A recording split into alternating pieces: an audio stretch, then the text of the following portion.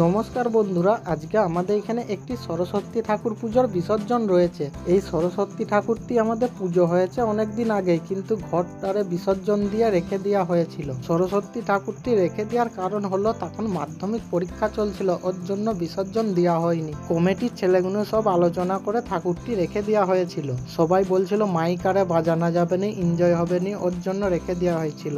এখন মাধ্যমিক পরীক্ষা শেষ হয়ে গেছে, ওর জন্য আজকে বিসর্জন দেওয়ার কাজ চলছে।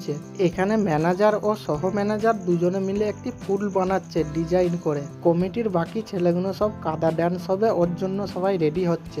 এখানে কমিটিতে মোট 20 থেকে 25 জনের মতন ছেলে রয়েছে।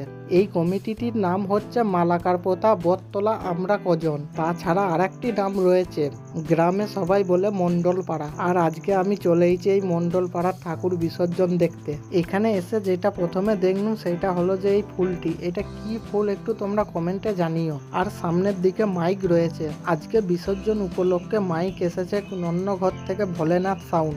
এই দলের ম্যানেজারকে তোমরা দেখতে পাচ্ছ, এই যে কালো জামাটি পরে যিনি রং করছে উনি হলো এই দলের ম্যানেজার। আর তোমরা সবাই দেখতে পাচ্ছ সরস্বতী মাতাকে। আজকে সরস্বতী মাতাকে কেমন লাগছে তোমরা একটু কমেন্টে জানিয়ে দিও। সরস্বতী মাতার সামনে এই আবির দিয়ে এই ফুলটি তৈরি হচ্ছে।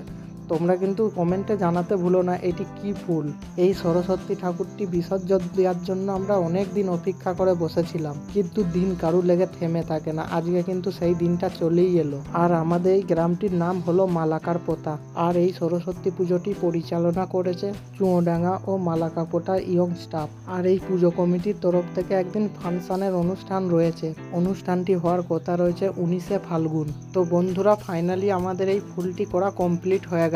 তোমরা দেখে বলো এই ফুলটি কেমন হয়েছে, আর তোমরা কমেন্ট করে জানিও অবশ্যই এটি কি ফুল আর কেমন লাগছে একটু কমেন্টে জানিয়ে দিও। শুধু মেয়েরাই ফুল বানাতে পারে না, ছেলেরাও ফুল বানাতে পারে।